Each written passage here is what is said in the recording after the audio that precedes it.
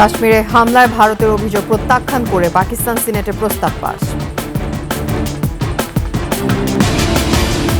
ভ্যাটিকানের Saint ব্যাসিলিকায় pope ফ্রান্সিসের মরদেহে প্রধান উপদেষ্টার শ্রদ্ধা। ব্রিটিশ রাজনীতিতে টিকে থাকার চেষ্টায় টিউলিপ লুট করা অর্থ বিনিয়োগের অভিযোগ।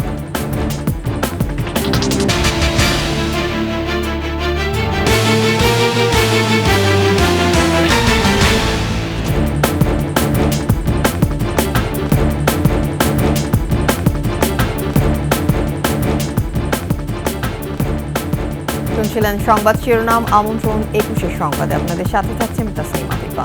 দর্শক, ২১ টেলিভিশনের সংবাদ একই সাথে সরাসরি দেখতে পাবেন আমাদের ফেসবুক পেজ www.facebook.com/2124 অনলাইনে। এছাড়া সাবস্ক্রাইব করতে পারেন www.youtube.com/21TV এই চ্যানেলে। সংবাদ আরও থাকছেন। যাত্রার ৩ মাসে কারাগারের হটলাইনে ৩,০০০-এর বেশি ফোন কল, অ্যাপের আওতায় আসছে বন্দির তথ্য সেবা।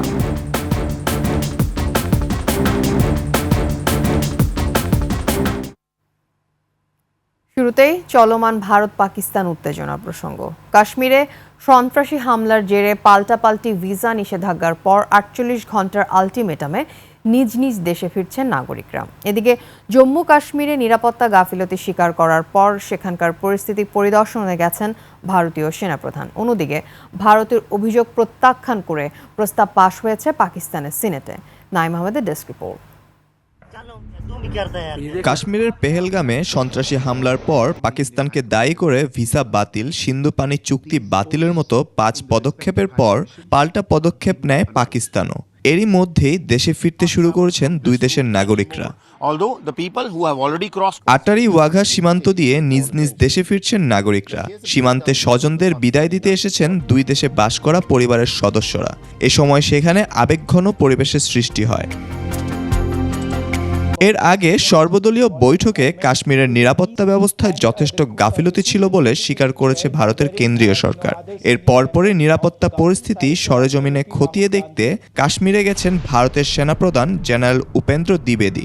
ঊর্ধ্বতন কর্মকর্তাদের সঙ্গে বৈঠকের পাশাপাশি হামলার স্থানও পরিদর্শন করেন তিনি। এছাড়া ঘটনাস্থল পরিদর্শন করেছেন ভারতের বিরোধী দলীয় নেতা রাহুল গান্ধী। এদিকে কাশ্মীরের পেহেলগামে পর্যটকদের উপর হামলার ঘটনায় পাকিস্তানকে দায়ী করে আসছে ভারত। তবে দিল্লির বক্তব্য প্রত্যাখ্যান করে পাকিস্তান পার্লামেন্টের উচ্চকক্ষ সিনেটের সর্বসম্মতভাবে একটি প্রস্তাব পাশ হয়েছে।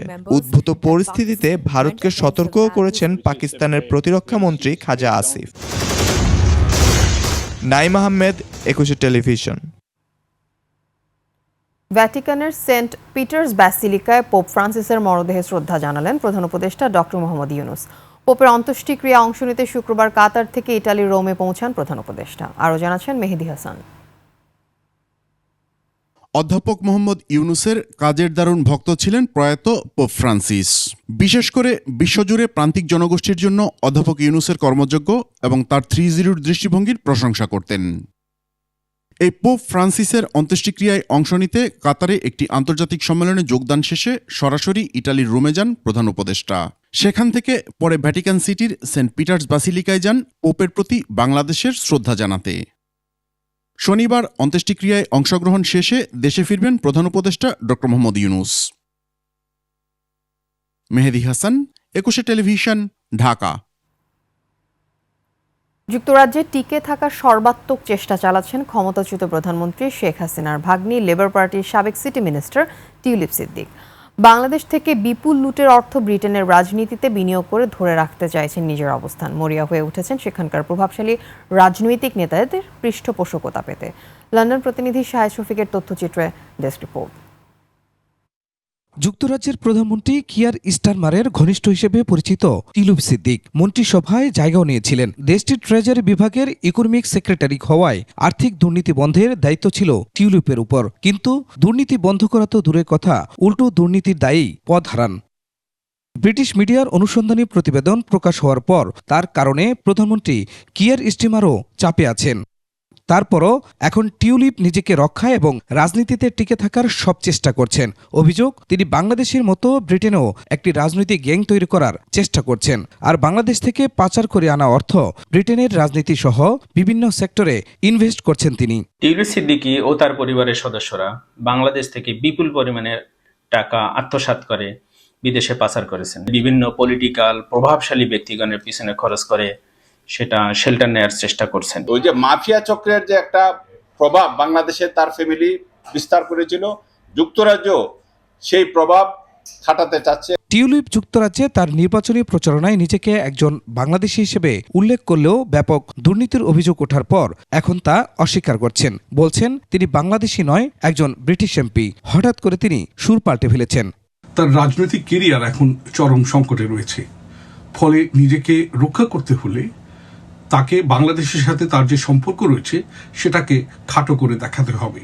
অন্যদিকে 5 আগস্টের পর বাংলাদেশ থেকে পালিয়ে আসা দুর্নীতিবাজ 5 থেকে 6 জন এমপি মন্ত্রীও টিউলিপের সঙ্গে ঘুরছেন বলে জানিয়েছেন ব্রিটিশ বাংলা ওয়েলফেয়ার ট্রাস্টের চেয়ারম্যান খসরুজ্জামান খসরু। বাংলাদেশে যে 5 থেকে 6 জন মন্ত্রী আসছে, ওনারা ওর সাথে ঘুরতেছে, যে ওনাদের ইনফ্লুয়েন্সে সে এরকম করতেছে। বাংলাদেশের রূপপুর বিদ্যুৎ কেন্দ্র, পূর্বাঞ্চলে 30 কাঠার প্লট, গুলশানে ফ্ল্যাট দখল সহ নানা দুর্নীতির অভিযোগে দুদকের মামলা চলমান টিউলিপের বিরুদ্ধে। এরই মধ্যে বাংলাদেশের একটি আদালত তার বিরুদ্ধে গ্রেপ্তারি পরোয়ানা জারি করেছে। শুধু বাংলাদেশে নয়, ব্রিটেনেও দুর্নীতির অভিযোগে তদন্তের মুখে tulip. Khurshid Alam, desk report, 21 television. বন্দীদের তথ্য জানাতে যাত্রা শুরুর প্রায় 3 মাসে সারা দেশে কারাগারের হটলাইন নম্বরে 3419টি ফোন কল গ্রহণ করা হয়েছে। লোকবল সংকট থাকা সত্ত্বেও প্রতিদিন সকাল 9টা থেকে রাত 10টা পর্যন্ত এই সেবা দেওয়া হচ্ছে।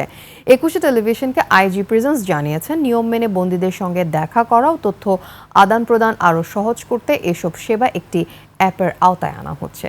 দীপু শিকদারের বিশেষ রিপোর্ট, ক্যামেরায় ছিলেন মামুন মোল্লা। কারা সদর দপ্তরের উল্টো পাশের ভবনে আইসিটি সেল।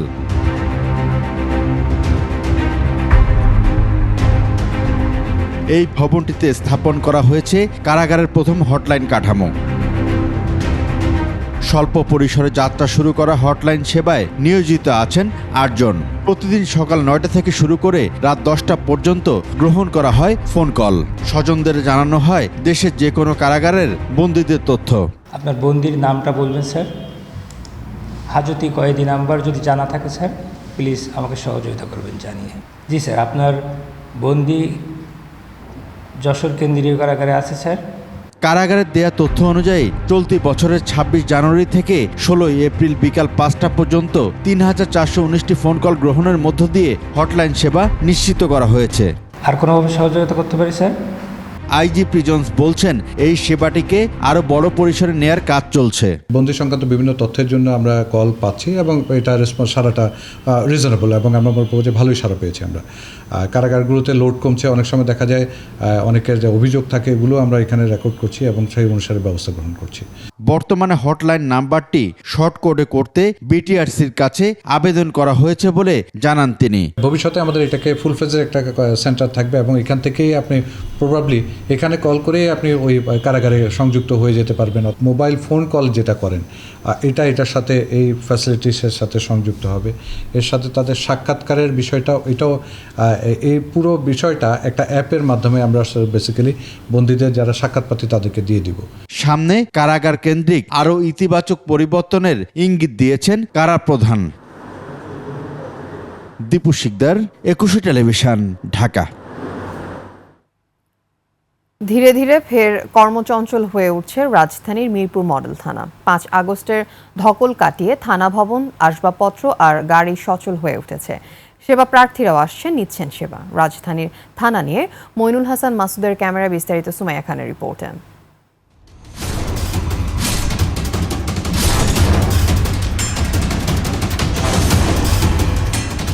ছাত্র জনতার গণ অভ্যুত্থানে মিরপুর মডেল থানা ক্ষতিগ্রস্ত হয়।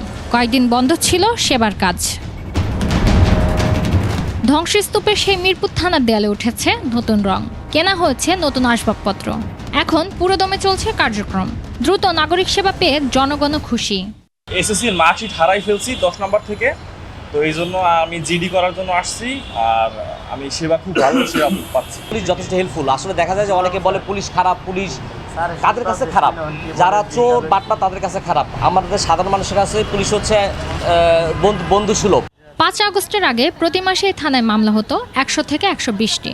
বর্তমানে মামলা হচ্ছে 50 থেকে 60টি। আগে 7টি গাড়ি থাকলেও বর্তমানে 6টি গাড়ি ও 15টি টহল মোটরবাইক সহ 149টি ফোর্স রয়েছে দ্রুত সেবা দেওয়ার জন্য। সরকারের নির্দেশনায় এবং আমাদের বিভাগের পুলিশ বিভাগের ঊর্ধ্বতন কর্তৃপক্ষের সার্বিক দিক নির্দেশনায় আমরা আবার স্বতঃস্ফূর্তভাবে জনগণকে সেবা দেওয়ার জন্য নিরলসভাবে কাজ করে যাচ্ছি এবং জনগণকে আমরা সেবা দিতে পারছি, তাদের কাঙ্ক্ষিত সেবা দিতে পারছি। জনগণও আমাদের প্রতি তাদের সেই পুরনো আস্থা ফিরে পেয়েছে।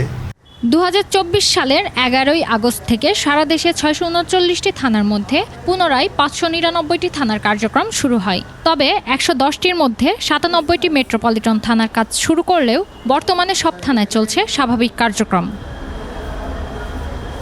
সুমাইয়া খান, 21 টেলিভিশন, ঢাকা।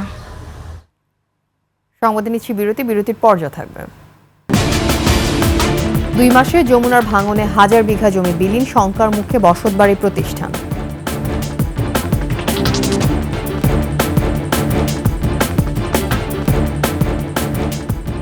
আপনারা দেখছেন 21 সংবাদ। অসময়ে যমুনা নদীর ভাঙনের কবলে পড়েছে পাবনার বেড়া উপজেলার কয়েকটি গ্রাম। 2 মাস ধরে অব্যাহত ভাঙনে 1000 বিঘা জমি হারিয়েছেন নদীপাড়ের বাসিন্দারা।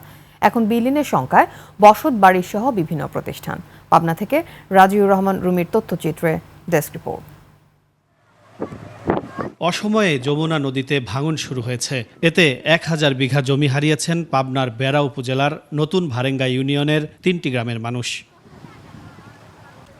নেওলাইপাড়া, বাটিয়াখরা ও মরিচাপাড়া গ্রামের বাসিন্দাদের আশঙ্কা, ভাঙন অব্যাহত থাকলে বাড়িঘর ছাড়াও মসজিদ, মাদ্রাসা, গোরস্থান ও বিভিন্ন প্রতিষ্ঠান বিলীন হয়ে যেতে পারে। ওই জায়গাতে পুরোপুরি আবাদি ছিল, মানে গম বুনতো এবং বাদাম বুনতো। এখানে এই আজ 2 বছর ধরে ভাঙছি। কতবার বর্ষার থেকে শুরু করে এই বছরে ভাঙতে অনেক চেপে চলে আসছে। সরকারের কাছে তো এটাই চাই যাতে আমরা স্থায়ী জায়গায় থাকতে পারি। এবছর বর্ষা মৌসুমের অনেক আগেই ভাঙন দেখা দিয়েছে যমুনায়। বাসিন্দাদের অভিযোগ, ড্রেজার দিয়ে বালু তোলায় অসময়ে এই ভাঙন শুরু হয়েছে।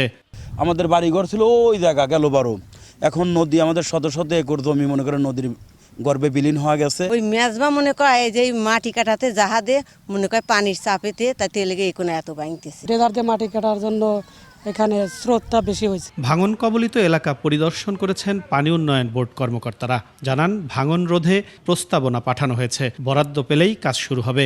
পরিদর্শন পরবর্তীতে উক্ত কাজটি বাস্তবায়নের জন্য নোটশিট প্রেরণ করা হয়েছে। অর্থ প্রাপ্তি সাপেক্ষে উক্ত প্রতিরক্ষামূলক কাজটি বাস্তবায়ন করা হবে। জিও ব্যাগ ফেলে ভাঙন রোধ করার চেষ্টা করা হয়। নাগরিক সমাজ মনে করে নদীতে অবৈধভাবে বালু উত্তোলন বন্ধ করা গেলে অনেকটাই কমে আসবে নদী ভাঙন। ফিরোজ হোসেন, 21 টেলিভিশন। মাদারীপুরের কালকিনির বেশিরভাগ এলাকায় একসময় হোগলা পাতা দিয়ে বিভিন্ন পণ্য তৈরি হতো। বৃহৎ একটি জনগোষ্ঠী বংশ পরম্পরায় জড়িত ছিল এই হোগলা পাতা শিল্পের সাথে। আধুনিকতার ছোঁয়া, হোগলা পাতার সংকট এবং পণ্যের সঠিক দাম না পাওয়ায় এসব পণ্য এখন বিলুপ্তির পথে। প্রতিনিধি রকিবুজ্জামানের তথ্যচিত্রের ডেস্ক রিপোর্ট। হোগলা পাতা, ইংরেজি নাম সিগ্রাস বা সামুদ্রিক ঘাস, যা দিয়ে জায়নামাজ, দড়ি, ফলের ঝুড়ি, হাত পাখা সহ বিভিন্ন পণ্য তৈরি হতো। শীতলপাটি হিসেবে খ্যাত হোগলা পাতার বিছানার বেশ প্রচলনও ছিল। হোগলা পাতা দিয়ে তৈরি জিনিসের প্রতি এখন আর তেমন কদর নেই। সময়ের বিবর্তনে এই শিল্প বিলুপ্ত প্রায়। হোগলা পাতার সংকট ও মূল্য বৃদ্ধি এবং পরিশ্রমের ন্যায্য দাম না পাওয়ায় এ কাজে উৎসাহ হারাচ্ছেন পরিবারগুলো। শুধুমাত্র সংসারের বাড়তি আয়ের আশায় কিছু পরিবারের নারীরা এখনও এ পেশার সাথে জড়িত। এখন প্লাস্টিকের তৈরি হচ্ছে, যার কারণে বিছনা এটা ব্যবহার না করলে অন্য অন্য কাজে ব্যবহার হয়। 150 টাকার পাতা কিনলে আরো 150 টাকা থাকে। বাড়ি বুনাইতাম, এ স্বামীর লেগে সহযোগিতা করার লেগে বুনাই। এই কাজ করে আমাদের সংসার চলে না। কালকিনির আড়িয়াল খা ও পালরদি নদী তীরবর্তী এলাকায় একসময় হোগলা পাতার চর দেখা যেত। ফাল্গুন চৈত্র মাসে প্রাকৃতিকভাবে চরে হোগলা পাতা জন্মাতো, কিন্তু এসব নদীগুলোর চরে এখন ধান সহ বিভিন্ন সবজি চাষ ও ঘরবাড়ি নির্মাণ করায় হোগলা পাতার চর কমে গেছে। এই কুটির শিল্প বিলুপ্তির পথে। বর্তমানে শুধু এটা টিকে আছে হোগলা পাতার উপরে। এই শিল্পটা যদি ধরে রাখতে হয় তাহলে অবশ্যই সরকারের এই শিল্পর প্রতি নজর দিতে হবে এবং এগিয়ে আসলে এই শিল্পটা বেঁচে থাকবে। হোগলা কারিগরদের সহায়তার আশ্বাস উপজেলা প্রশাসনের। এই পণ্যের সাথে যারা সম্পৃক্ত তাদেরকে কিভাবে স্বাবলম্বী করা যায় কিংবা এই ধরনের কুটির শিল্প যাতে হারিয়ে না যায়, আমরা উপজেলা প্রশাসনের পক্ষ থেকে ঋণ দান সহ সার্বিক সহযোগিতা করব। শিল্পটিকে টিকিয়ে রাখতে ব্যাপকভাবে উদ্যোগ নেওয়ার দাবি এলাকাবাসীর। Masum আলিসা, desk report, 21 television. শেষ করছি 21 সংবাদ, যাবার আগে সংবাদ শিরোনামগুলো আরও একবার। কাশ্মীরে হামলায় ভারতের অভিযোগ প্রত্যাখ্যান করে পাকিস্তান সিনেটে প্রস্তাব পাস। ভ্যাটিকানের সেন্ট ব্যাসিলিকায় পোপ ফ্রান্সিসের মরদেহে প্রধান উপদেষ্টার শ্রদ্ধা। ব্রিটিশ রাজনীতিতে টিকে থাকার চেষ্টায় টিউলিপ লুট করা অর্থ বিনিয়োগের অভিযোগ।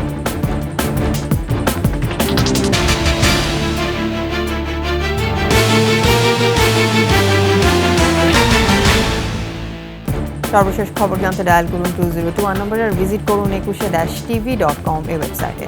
এছাড়া ফেসবুকে লগ ইন করতে পারেন www.facebook.com/2124 অনলাইনে। এছাড়া সাবস্ক্রাইব করতে পারেন www.youtube.com/21tv এই চ্যানেলে। এতক্ষণ সাথে থাকার জন্য ধন্যবাদ। আমাদের পরবর্তী সংবাদ বেলা 11টায় দেখার আমন্ত্রণ রইল। 21-এর সাথে।